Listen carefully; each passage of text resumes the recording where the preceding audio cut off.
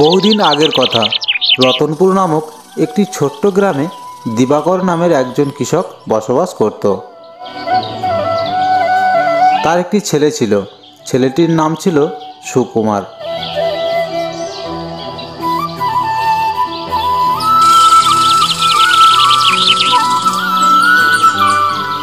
বাবা সুকুমার, ওঠ, অনেক বেলা হলো, মাঠে চল। মাঠে আজকের অনেক কাজ আছে। বাবা, আমি যাব না, তুমি যাও। সুকুমার অত্যাধিক অলস ছিল। দিবাকর ভোর দিন কাজ করত, আর সুকুমার অযথা এদিকে ওদিকে খেলা করে টাইম অপচয় করত। দিবাকর একদিন ভাবল, ছেলে বড় হয়েছে, ছেলেকে বিয়ে না দিলে কাজকর্মে মন দেবে না, এইভাবে সময় অপচয় করবে।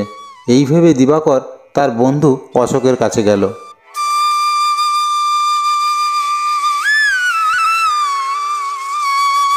বন্ধু, আমার ছেলেটা একদম কাজকর্ম করে না, অকারণে সময় অপচয় করে।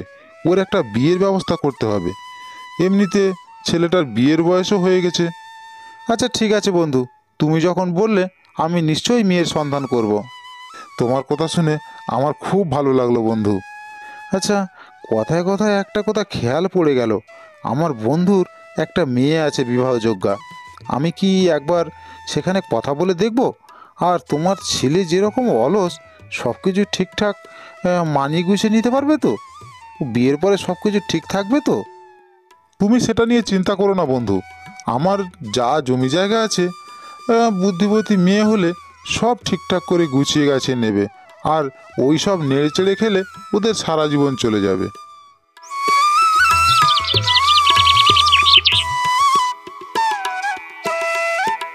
তার কিছুদিন পরে সুকুমারের সঙ্গে পাশের গ্রামের অশোকের বন্ধুর মেয়ের সঙ্গে বিয়ে হয়ে গেল। তার কিছুদিন পরে, বৌমা, সুকুমারকে একটু তাড়াতাড়ি ডেকে দাও তো, মাঠে যেতে হবে। মাঠে অনেক কাজ পড়ে আছে মা। বাবা, তোমার ছেলে সকাল থেকে নাক ডেকে ঘুমাচ্ছে, ডাকলে কিছুতেই ওঠে না আর সাড়াও দেয় না। বৌমা, ও একটু অলস, মোটেই কাজকর্ম করতে চায় না। মাঝে মাঝে আমার কি মনে হয় জানো, আমার ছেলের সঙ্গে বিয়ে দিয়ে তোমার জীবনটা আমি নষ্ট করে দিলাম না তো? বাবা, তুমি এই নিয়ে কিছু ভেবো না তো। ও সময়ের সঙ্গে সঙ্গে আস্তে আস্তে সব ঠিক হয়ে যাবে। তার কিছুদিন পরে দিবাকর খুব অসুস্থ হয়ে পড়ে। সুকুমার তার বাবাকে খুব ভালোবাসতো। বাবা অসুস্থ হতে দেখে তিনি তখনই ডাক্তারবাবুর কাছে গেলেন এবং ডাক্তারবাবুকে নিয়ে আসলেন। ডাক্তারবাবু, দেখুন না আমার বাবার কি হয়েছে। উনি এত অসুস্থ হয়ে পড়েছেন কেন? উনি সুস্থ হয়ে যাবে তো? ডাক্তারবাবু সমস্ত চেক আপ করে বললেন, দুঃখ পেও না বাবা, তোমার বাবার শারীরিক কন্ডিশন খুব খারাপ। তোমার বাবার শেষ ইচ্ছা যা আছে তুমি সব পূর্ণ করে দাও। এই বলে ডাক্তারবাবু চলে গেলেন। সবাই মিলে খুব কান্নাকাটি শুরু করে দিল। তা দেখে দিবাকরের খুব দুঃখ হতে লাগলো।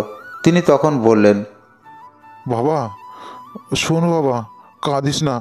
তোর কথা ভেবে আমাদের ওই পূবের দিকের যে জমিটা আছে, আমি ওই জমিটাতে কিছু স্বর্ণমুদ্রা লুকিয়ে রেখে এসেছি। তুই মাটি ঘুরে সেগুলো বার করে নিবি, তাতে তোর সারা জীবন চলে যাবে। এই বলে দিবাকর মারা যায়। কিছুদিন সুকুমার কান্নাকাটি করে দিন কাটায়। তারপর মানসিকভাবে একটু সুস্থ হয়ে উঠতেই সে বাবা কি বলেছিল মৃত্যুর সময় সেই কথা তার মনে পড়ে গেল। তখন সে কোদাল নিয়ে বেরিয়ে পড়ে। পূজা, আমি মাঠে যাচ্ছি, আমাদের ওই পূবের জমিটাতে। বাবা মারা যাওয়ার সময় বলে গিয়েছিল ওখানে ধনরত্ন পোতা আছে। কিন্তু কোথায় পোতা আছে তা তো বাবা বলে যায়নি। হ্যাঁ, তুমি ঠিক বলেছো তো। ঠিক আছে, তাহলে পুরো জমিটাই আমি খুলে দেখব, কোথাও না কোথাও তো অবশ্যই থাকবে। তুমি ঠিক সময় পান্তা নিয়ে চলে যাবে। আচ্ছা, তাহলে আমি এখন চলি।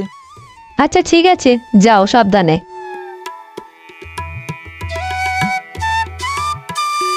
এদিকে ভোর দিন মাটি কুপিয়ে কোথাও ধনরত্নের সন্ধান পেলেন না। তখন পূজা বলল, হুগু, তোমাকে একটা কথা বলি শোনো। পুরো জমিটা যখন খনন করে ফেলেছো, তখন অযথা ফেলে রেখে লাভ নেই। এই জমিতে আমরা ধান চাষ করি, চলো। ঠিক আছে, ধনরত্ন যখন পাওয়াই গেল না, তখন ধান চাষ করি।